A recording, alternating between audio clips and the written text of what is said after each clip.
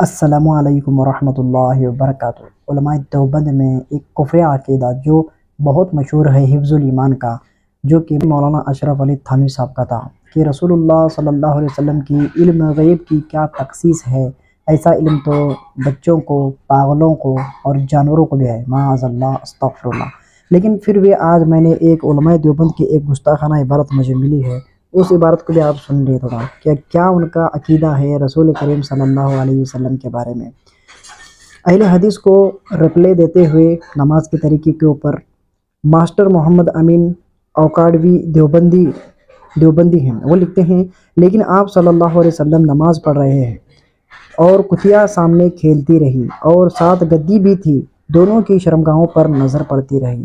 معاذ اللہ۔ یعنی کہ نبی کریم صلی اللہ علیہ وآلہ وسلم جب نماز پڑھتے تھے تو کتیا اور گدی کے شرمگاہوں کے اوپر نگاہ ڈالتے تھے، یعنی ان کے شرمگاہ کو دیکھتے تھے۔ یہ علماء دیوبند میں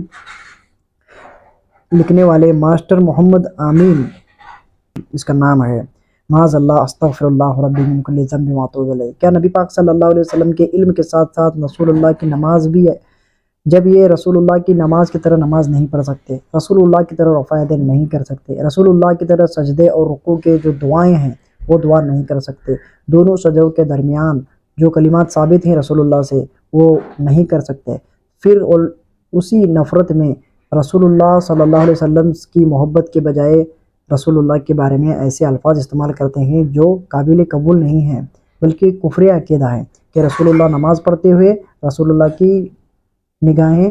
کتیا اور گدی کی شرمگاہوں پر پڑتی تھی اور رسول اللہ اسے دیکھتے تھے، معاذ اللہ۔ کتنا جھوٹا اور کتنا خطرناک اور گندا عقیدہ ہے جو علماء دیوبند نے اپنی کتاب میں اس کو لکھا ہے، اور یہ اس لیے لکھا ہے کیونکہ اہل حدیث کی نماز کے اوپر انہوں نے ٹوٹ کرتے ہوئے لکھا ہے، کیونکہ آپ اس کتاب کا نام دیکھیے، غیر مقلدین کے غیر مستند نماز، اس کتاب کا نام ہے کہ رسول اللہ کی توہین کرتے ہیں، جب دلائل ختم ہوتے ہیں تو یہ رسول اللہ پہ توہین کرتے ہیں۔ مولانا اشرف علی تھانوی صاحب نے بھی جب وہی پوچھا گیا علم غیب رسول اللہ کے بارے میں تو ان کے پاس دلیل نہیں تھی، تو انہوں نے کہا ایسا علم تو چھوٹے بچوں کو، پاگلوں کو اور جانوروں کو ہے، حیوانات کو ہے، معاذ اللہ۔ اور یہ جاہل عالم نے کہہ دیا کہ رسول اللہ جب نماز پڑھتے تھے تو رسول اللہ کی نگاہیں